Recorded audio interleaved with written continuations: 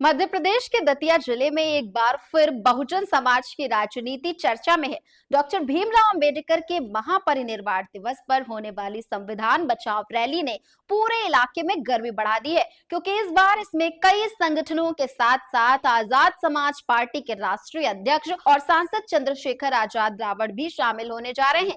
इसलिए ये रैली सिर्फ एक कार्यक्रम नहीं बल्कि एक बड़े सामाजिक राजनीतिक संदेश के रूप में देखी जा रही है। सबसे पहले जान लेते हैं कि ये रैली हो कहाँ रही है। यह आयोजन दतिया जिले के इंदरगढ़ क्षेत्र में हो रहा है, जहां भीम आर्मी, आजाद समाज पार्टी और कई दलित पिछड़ा संगठनों का संयुक्त मंच दिखाई देगा। आयोजकों का दावा है कि करीब 50,000 से ज्यादा लोग जुट सकते हैं, जिससे स्थानीय राजनीति में बड़ा बदलाव देखने को मिल सकता है। आप समझते हैं कि ये रैली चर्चा में क्यों है? इसका मुख्य विषय है संविधान की रक्षा, समानता का संदेश और सामाजिक भेदभाव के खिलाफ आवाज। आयोजक मानते हैं कि समाज में बढ़ रही गलतफहमियों, आपसी तनाव और जातिगत विभाजन के बीच संविधान के मूल्यों को लेकर बड़ा संवाद जरूरी है। इसी क्रम में चंद्रशेखर रावण की मौजूदगी इस रैली को और भी बड़ा मंच दे रही है। वो पिछले कई वर्षों से दलित, बहुजन अधिकार, शिक्षा और सामाजिक न्याय जैसे मुद्दों पर सक्रिय रहे हैं। 2024 में नगीना से सांसद बनने के बाद अब वो विभिन्न राज्यों में संगठन को मजबूत कर रहे हैं। दतिया में उनका ये दौरा मध्य प्रदेश में पार्टी की पकड़ बढ़ाने की कोशिश भी माना जा रहा है।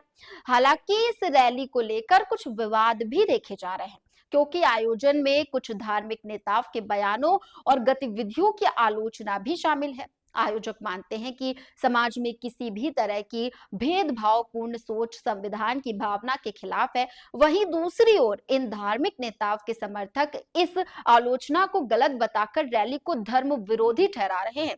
यही वजह है कि प्रशासन ने एहतियात के तौर पर भारी सुरक्षा व्यवस्था की है।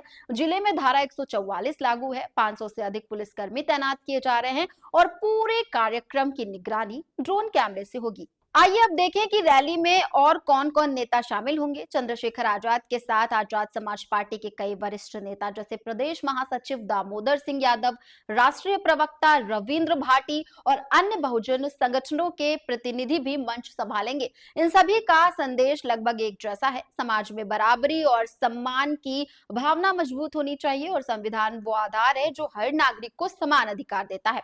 अब बात करते हैं राजनीति पर पड़ने वाले संभव प्रभाव की। दतिया ग्वालियर संभाग में दलित और पिछड़ा वर्ग की आबादी काफी अधिक है। कुल मिलाकर 25% वोट इन्हीं समुदायों से आते हैं।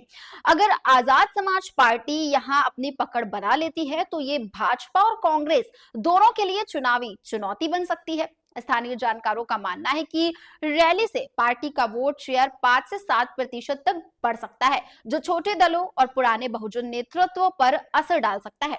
इसके साथ साथ पिछले महीने इंदरगढ़ में हुए पुतला दहन और झड़प की घटना ने वातावरण पहले ही संवेदनशील बना दिया है। इसलिए सुरक्षा व्यवस्थाओं को लेकर प्रशासन भी पूरी तरह सतर्कता बरत रहा है। तो कुल मिलाकर 6 दिसंबर की ये रैली सिर्फ एक सभा नहीं बल्कि बहुजन समाज के लिए एक नई दिशा तय कर सकती है। यहाँ संविधान की बात होगी, सामाजिक समानता की बात होगी और युवाओं को जोड़ने का प्रयास किया जाएगा।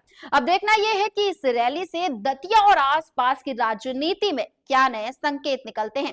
एकता बढ़ेगी या विवाद भी बढ़ सकते हैं, लेकिन इतना तय है कि दतिया का ये आयोजन बहुजन राजनीति के नए अध्याय की शुरुआत जरूर करेगा।